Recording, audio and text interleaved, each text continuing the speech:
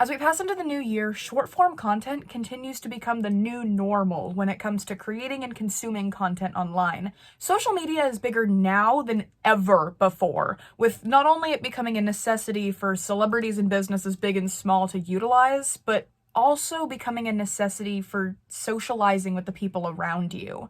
As more and more people, young and old, become addicted to social media, it can be really easy to feel like a complete outcast if you make the decision to unplug from it. Take it from me, I wasn't allowed to have social media for like 3 years.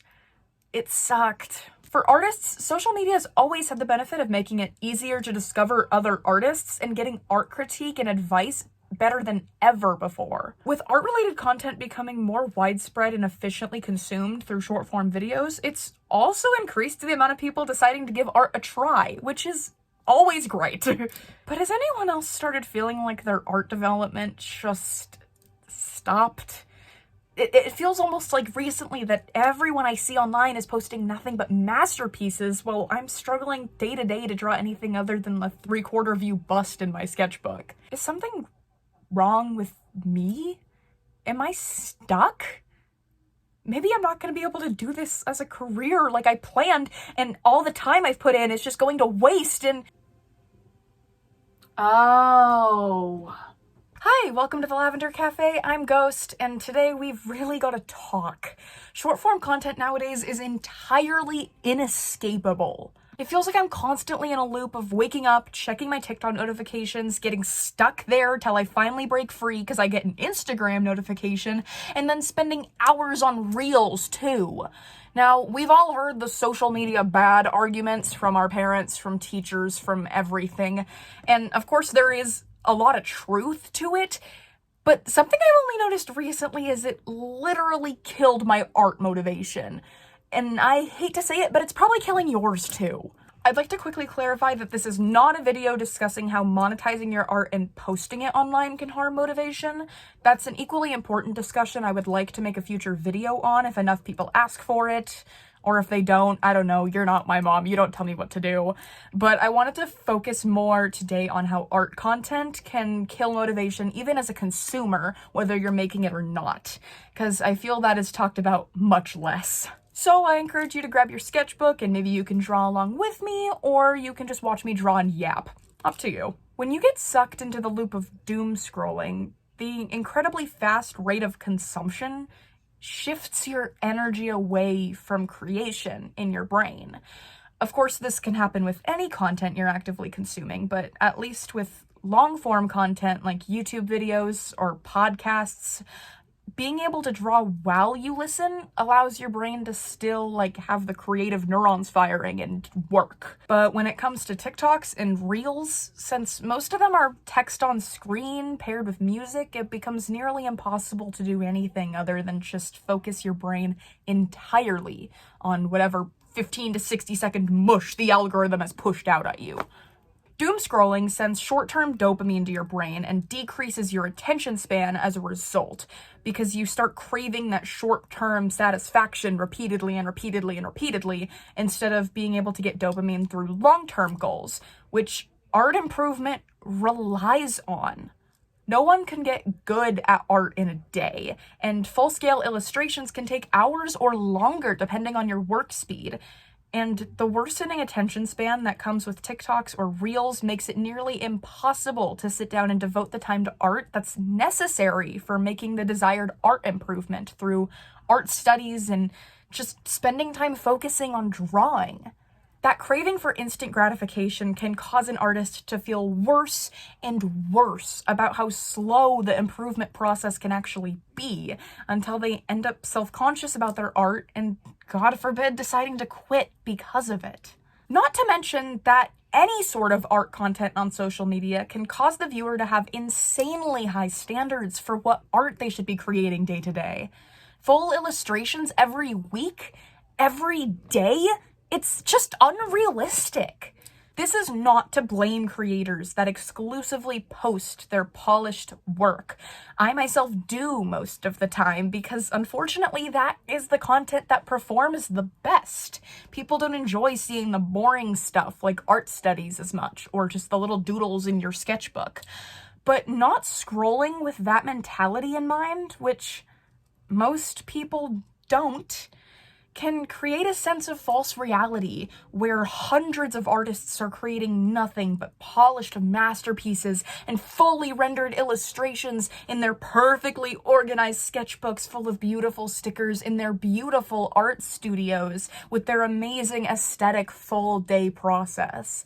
I've actually really seen an increase in people discussing this topic since Ruby's Trinkets on YouTube posted Stop Romanticizing Art Business, which I will link in the description, because it really caused me to think about a lot of things about how I both create and consume art content online.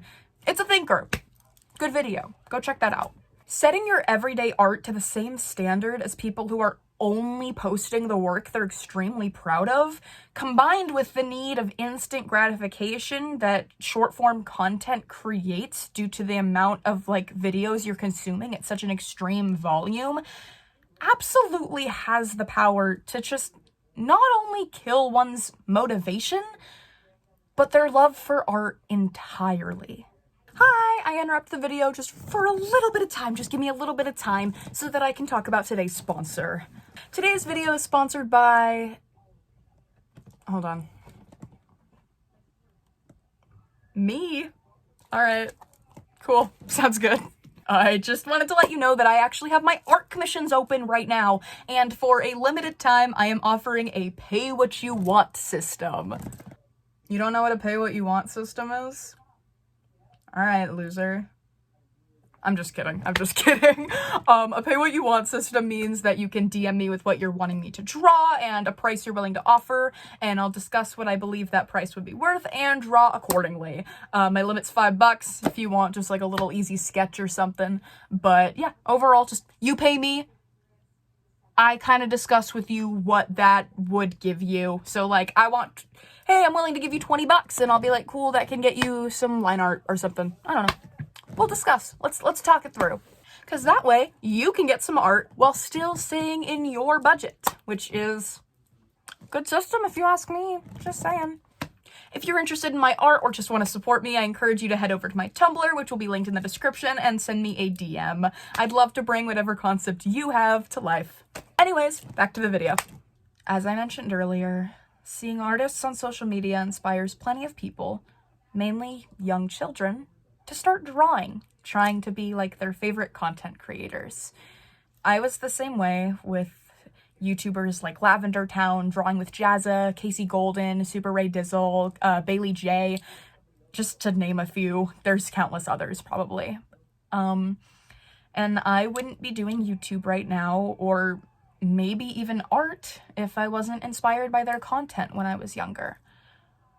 But the problem with TikTok specifically, but I notice it passes onto Reels too, but it definitely originated on TikTok, as most things unfortunately do, is their trend of art lore, which is basically just renaming bullying children who are beginners at their craft by mass producing and remaking their videos in a mocking tone for others to laugh at. And of course, like other things on TikTok, they had to throw a stupid name on there as well.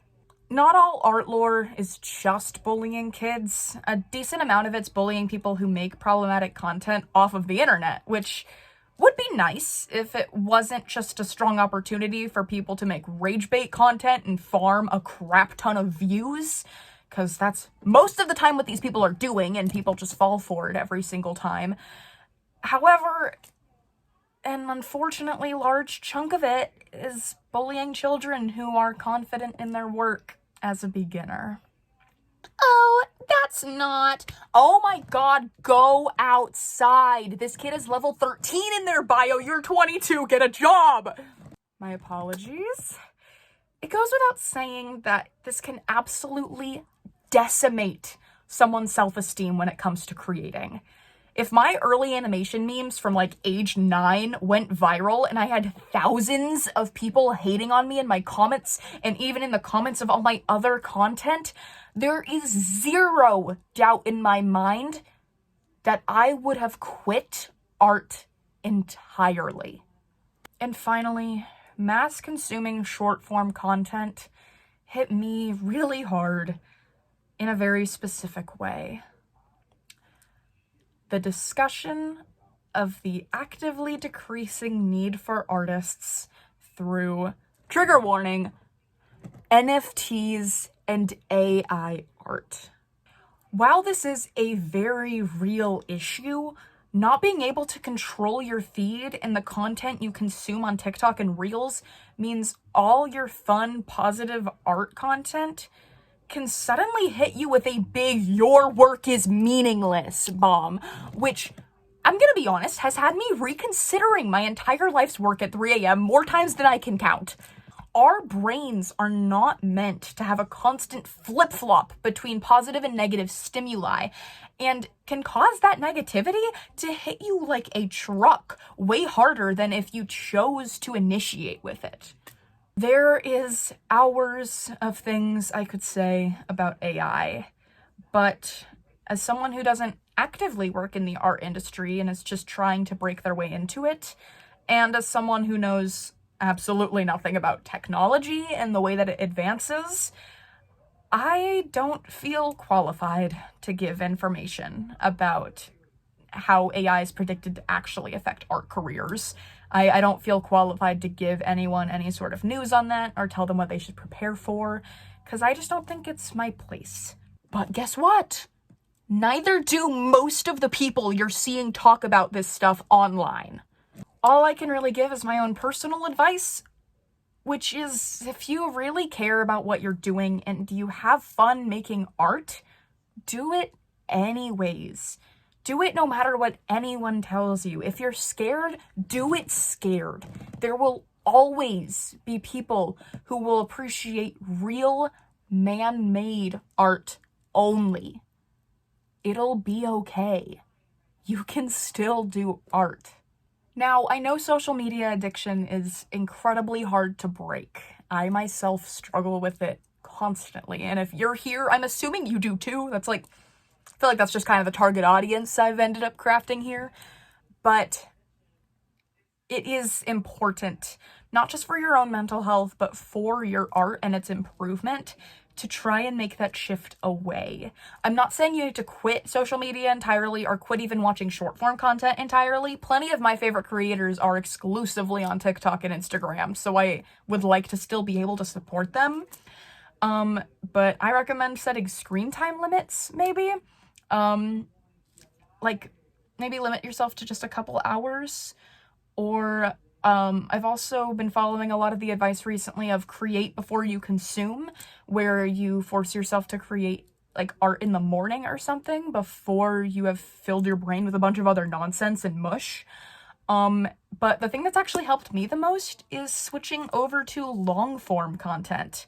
If any creators you enjoy make exclusively long form content, I really think that that's a good shift, because as I said earlier, you can still draw while watching and whatever, and just, you're getting less input and dopamine in your brain, like at a efficient rate, if that makes sense. Not an efficient rate, but like a way too fast of a rate.